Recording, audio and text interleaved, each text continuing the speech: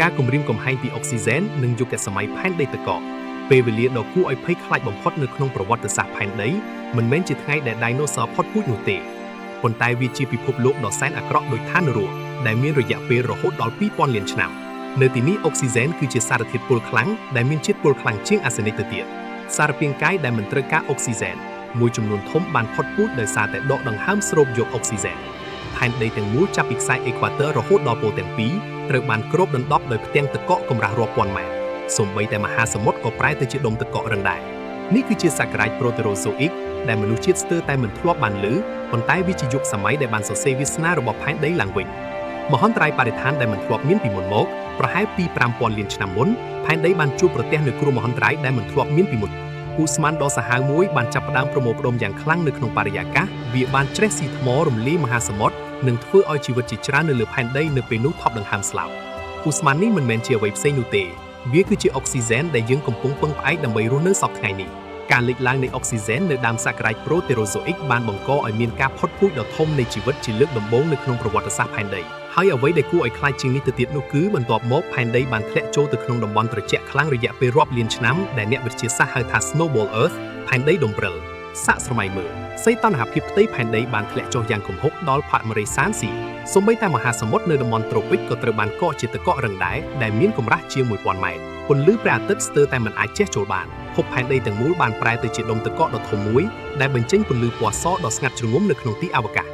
រង្វិលជុំនៃសេចក្តីស្លាប់និងការតស៊ូរបស់ជីវិតប៉ុន្តែសុបិនអាក្រក់ពិតប្រាកដទើបតែចាប់ផ្ដើមប៉ុណ្ណោះគ្រោះមហន្តរាយដែលត្រូវបានគេស្គាល់ថាជាយុគសម័យទឹកកក Huronian Glaciation នេះមិនបានបញ្ចប់ក្នុងរយៈពេលត្រឹមតែរាប់លានឆ្នាំនោះទេប៉ុន្តែវាបានអូសបន្លាយពេលយ៉ាងយូរដល់ទៅ3ទៅ400លានឆ្នាំដែលមានរយៈពេលយូរជាងទ្វេដងនៃពេលវេលាដែលដាយណូស័រគ្រប់គ្រងផែនដី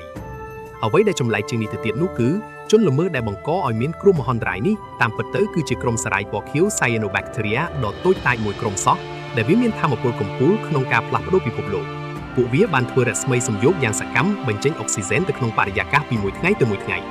បរិមាណអុកស៊ីហ្សែននៅក្នុងបរិយាកាសបានកើនឡើងពីស្ទើរតែ0ទៅដល់ 10% នៃកម្រិតបច្ចុប្បន្នវត្តប្រព័ន្ធប្រតិកម្មតប Positive Feedback Loop ដ៏សាហាវមួយបានចាប់ផ្ដើម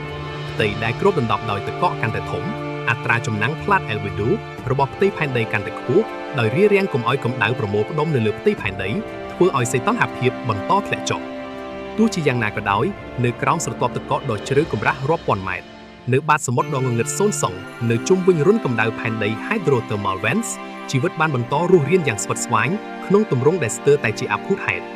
ុពួកវាបានលាក់ខ្លួននៅក្នុងពិភពងងឹតក្រោមផ្ទាំងទឹកកកពឹងផ្អែកលើកម្ដៅពីផែនដីដើម្បីរក្សាភ្លើងជីវិតដ៏ខ្សោយរបស់ពួកវារងចាំថ្ងៃដែលផែនដីភ្ញាក់ដឹងខ្លួនឡើងវិញការសង្គ្រោះពីចក្រវាឡនិងការចាប់ផ្ដើមជាថ្មីចំណុចរបត់មួយបានលេចចេញមកកាលពីប្រហែល 1000 លានឆ្នាំមុនអាចផ្កាយមួយពីទីជ្រៅនៃចក្រវាឡបានហោះសម្ដៅមករកផែនដីក្នុងល្បឿនដ៏គួរឲ្យខ្លាច 64,000 គីឡូម៉ែត្រក្នុង1ម៉ោងថាមពលនៃការបុកទង្គិចនេះបានហែកផ្ដាច់ផ្ទាំងទឹកកកហើយម៉ាក់ម៉ាបានផ្ទុះចេញពីស្នាមប្រេះនៅក្នុងសម្បកផែនដីសីតុណ្ហភាពបានកើនឡើងដល់រាប់ពាន់ដឺក្រេក្នុងមួយរំពេចស្រទាប់ទឹកកកបានចាប់ផ្ដើមពុះនិងរំហួតបង្កើតបានជាចំហាយទឹកនិងអូស្មန်កាបូនឌីអុកស៊ីតយ៉ាងច្រើន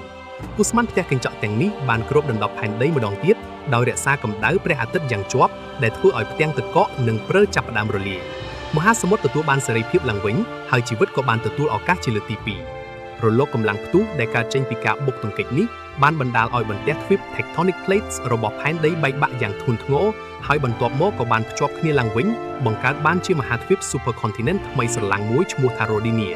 នេះគឺជាមហាទ្វីបដំបូងគេបង្អស់នៅក្នុងប្រវត្តិសាស្ត្រផែនដីការវិវត្តនៃជីវិតដ៏ស្មុគស្មាញអតិសុខុមប្រាណដែលបានរស់រានមានជីវិតដោយចៃដន្យនៅក្នុងយុគសម័យទឹកកកនោះក៏បានចាប់ផ្ដើមការវិវត្តដ៏គួរឲ្យភ្ញាក់ផ្អើលផងដែរពួកវាបានរៀនប្រើប្រាស់អុកស៊ីហ្សែនដើម្បីទទួលបានថាមពលដែលបានចាក់គ្រឹះយ៉ាងរឹងមាំសម្រាប់ការវិវត្តនៃជីវិតទៅជាទម្រង់ស្មុគស្មាញជាងនេះនៅចុងសក្ការៈប្រូតេរ៉ូហ្សូអ៊ិកប្រហែល540លានឆ្នាំមុនសារពាង្គកាយចម្លែកមួយចំនួនបានចាប់ផ្ដើមលេចឡើងនៅក្នុងមហាសមុទ្រពួកវាមានសភាពទន់និងងាយរងគ្រោះគ្មានឆ្អឹងគ្មានសម្បករឹងប៉ុន្តែពួកវាតំណាងឲ្យរបបគំហើញដ៏សំខាន់បំផុតនៅក្នុងប្រវត្តិសាស្ត្រនៃការវិវត្តនៃជីវិតដែលនោះគឺសារពាង្គកាយពហុកោសិកា Multicellular Organisms ត្រូវបានគេស្គាល់ថាជា Ediacaran Biota មិនយូរប៉ុន្មាន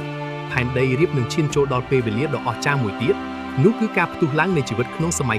Cambrian Explosion ដែលស្ទើរតែគ្រប់ប្រភេទសត្វសម័យទំនើបទាំងអស់បានលេចឡើងយ៉ាងទាន់ហន់នៅក្នុងមហាសមុទ្រ ទោះបីជាបាតុភូតផែនដីដុំព្រើ Snowball Earth និងអុកស៊ីហ្សែនបាននាំមកនូវការផុតពូជដ៏ធំក៏ដោយប៉ុន្តែវាក៏បានត្រួសត្រាយផ្លូវសម្រាប់ការលេចឡើងនៃជីវិតដ៏ស្មុគស្មាញនិងបង្រៀនឲ្យជីវិតចេះរស់រានមានជីវិតនៅក្នុងបរិយាកាសដ៏អាក្រក់ផងដែរពេលខ្លះផ្នែកម្ខាងទៀតនៃគ្រោះមហន្តរាយគឺជាការកើតជាថ្មីវគ្គបន្ទាប់យើងនឹងពន្យល់អ្នកអំពីសក្ការាយ Phanerozoic Phanerozoic Own